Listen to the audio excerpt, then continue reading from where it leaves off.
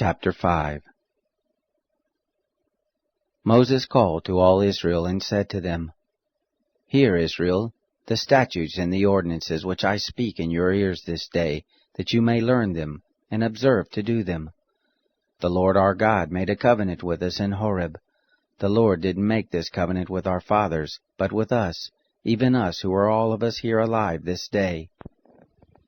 The Lord spoke with you face to face on the mountain, out of the midst of the fire. I stood between the Lord and you at that time, to show you the word of the Lord, for you were afraid because of the fire, and didn't go up onto the mountain, saying, I am the Lord your God, who brought you out of the land of Egypt, out of the house of bondage. You shall have no other gods before me. You shall not make an engraved image for yourself, nor any likeness of anything that is in heaven above, or that is in the earth beneath, or that is in the water under the earth.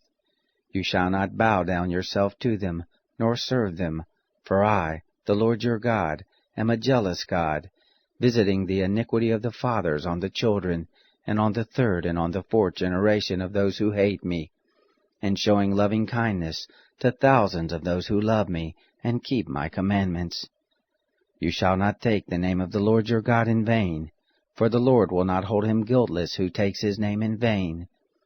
Observe the Sabbath day, to keep it holy, as the Lord your God commanded you. 6 days shall you labor and do all your work, but the seventh day is a Sabbath to the Lord your God.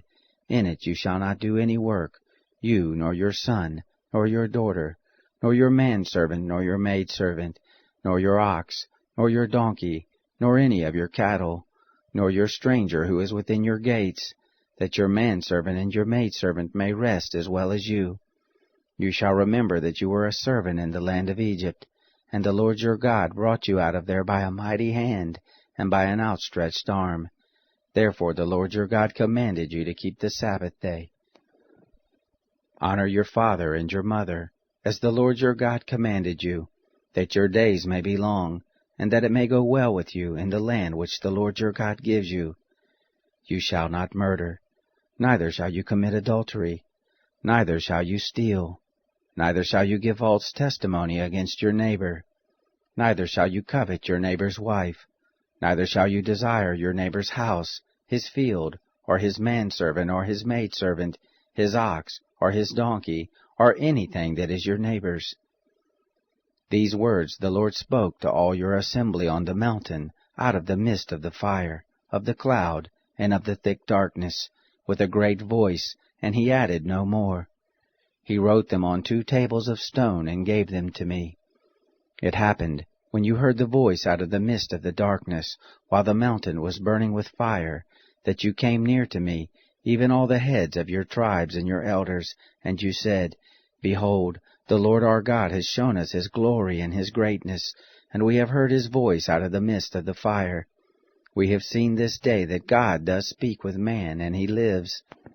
Now therefore, why should we die? For this great fire will consume us.